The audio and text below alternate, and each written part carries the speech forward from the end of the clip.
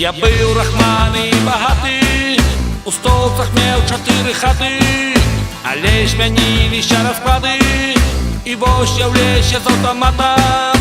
Нічога мне не бракавала, але прыйшла да нафтавала.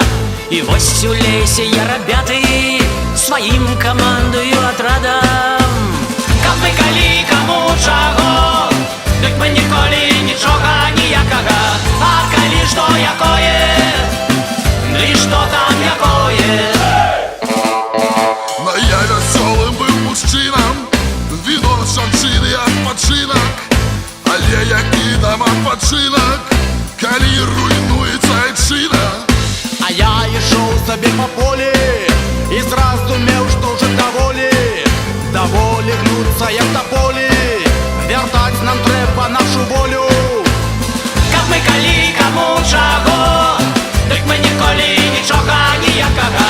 А калі што якое, ды што там якое.